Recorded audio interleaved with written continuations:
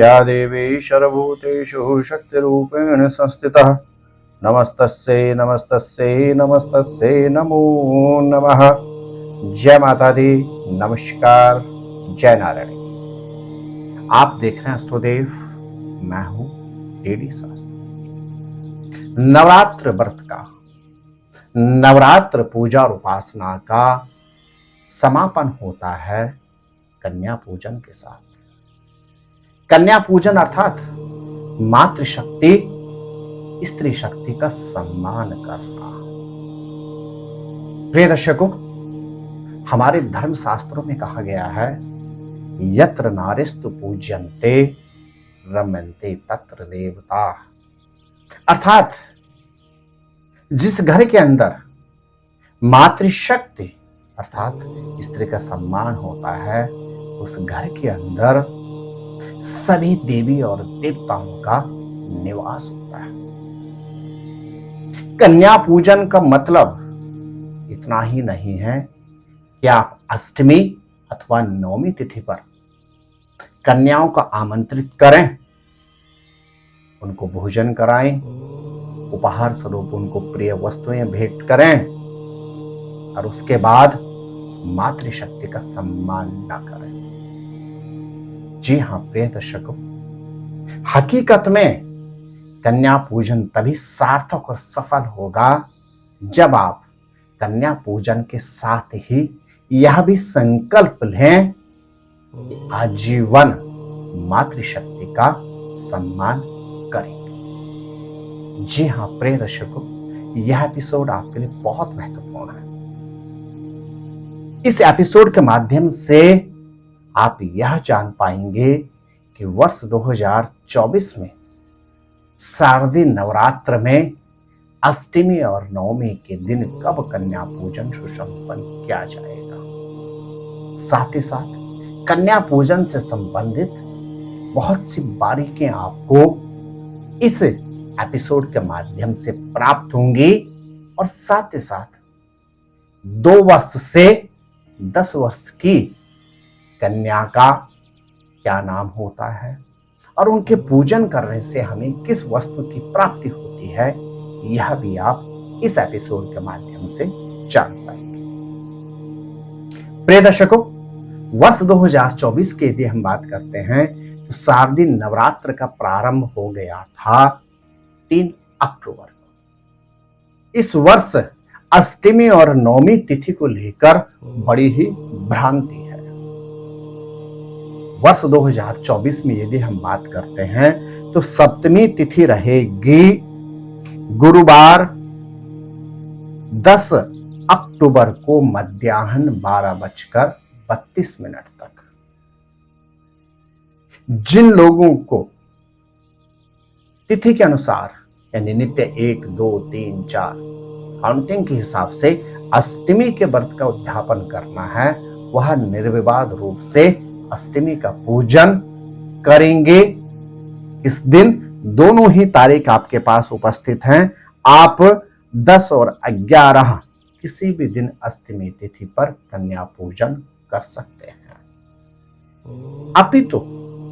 अपितु शास्त्रानुसार है महानवमी तो बलिदाने व्यतिरिक्त विषये पूजो पोषणादो अष्टमी वृद्धा गृहा।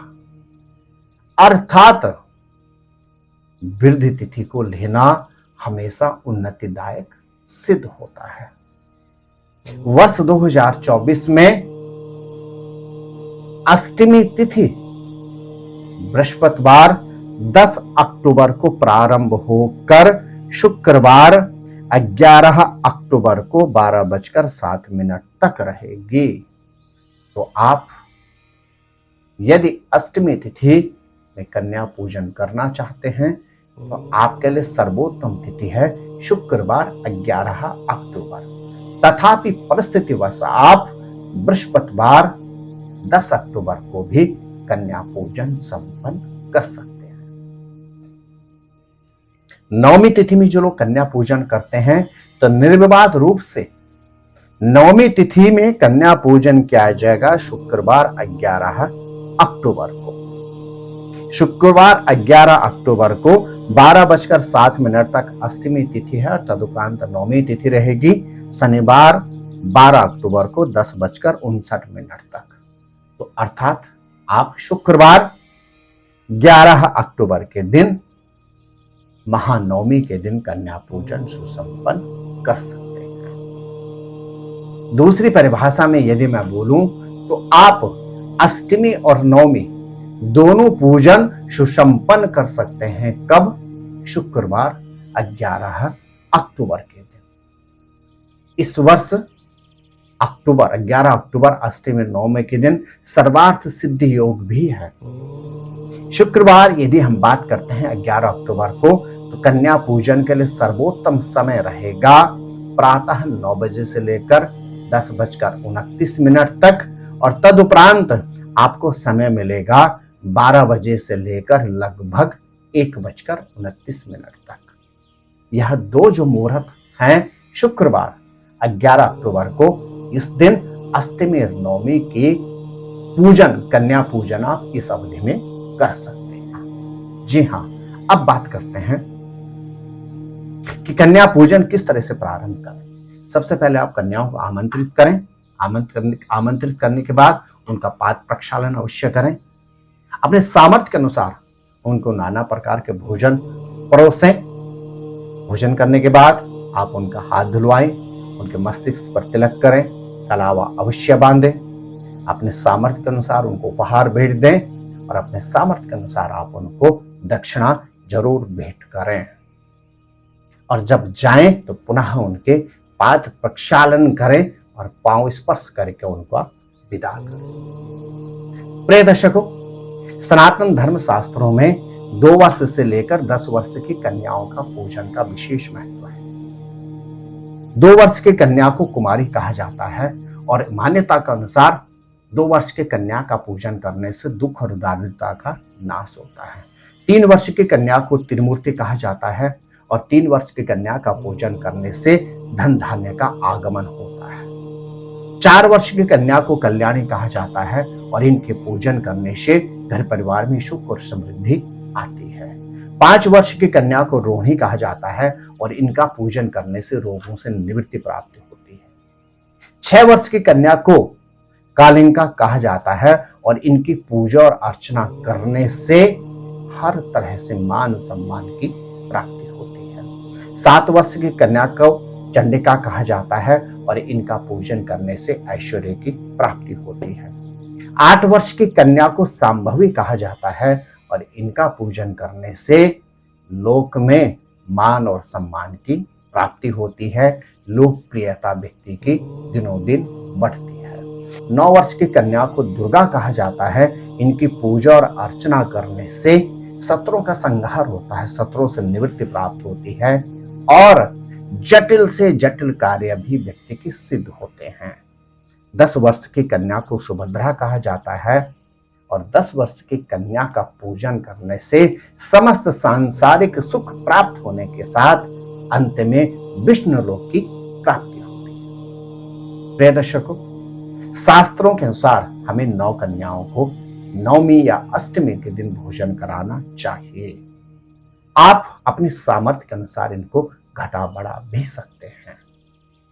9 कन्याओं के साथ आप 2 बालकों को भी, जिनकी आयु 9 वर्ष से छोटी हो, उनको भी भोजन अवश्य कराएं, क्योंकि इन दोनों बालकों को भी भगवान गणेश जी और साथ साथ इनको वीरभद्र का स्वरूप माना जाता है, भैरवनाथ का स्वरूप माना जाता है। तो इनको भी आप भोजन कराएं, सामर्थ्य के अनुसार इनको भी उपहार आप अवश्य भेंट करें।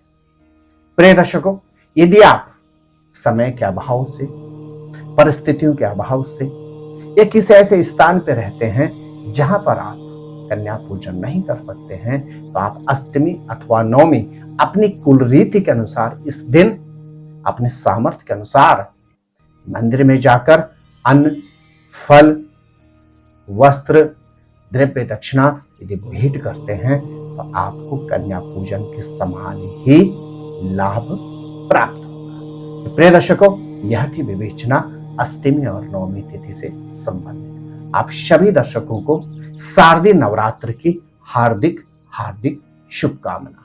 जय माता दी। ज्योतिर्विद डीडी शास्त्री जी से ज्योतिष, अंक ज्योतिष, हस्तरेखा, वैदिक पद्धति से यज्ञ अनुष्ठान, राशि रत्न, रुद्राक्ष कवच तथा वास्तु निरीक्षण हेतु संपर्क करें। संपर्क हेतु हमारे फोन नंबर हैं 9810627053, 9818827053। हमारी वेबसाइट है www.vedicjyotish.com। परामर्श शुल्क प्रदान कर संपर्क हेतु समय सुबह 10 बजे से शाम 6 बजे तक। हमारे संस्थान में योग्य विप्रों के द्वारा समस्त वैदिक कर्म जैसे पूजा पाठ, यज्ञ, जप, हवन, जन्मदिन पूजन, नवग्रह शांति, ग्रह कलेश, काल सर्प दोष निवारण पूजन, व्यापार वृद्धि पूजन, विवाह संस्कार, भूमि पूजन, गृह प्रवेश, शिवार्चन, महामृत्युंजय जाप, बगलामुखी जाप आदि समस्त वैदिक कर्म सुसंपन्न किए जाते हैं। संपर्क हेतु हमारे फोन नंबर हैं 9810627053, 9818827053। परामर्श शुल्क प्रदान कर संपर्क हेतु समय सुबह 10 बजे से शाम 6 बजे तक। हमारी आने वाली वीडियो को सबसे पहले देखने के लिए अष्टोदेव यूट्यूब चैनल को अभी सब्सक्राइब करें। आगे शेयर अवश्य करें ताकि और लोगों को भी वीडियो का लाभ मिल सके। धन्यवाद।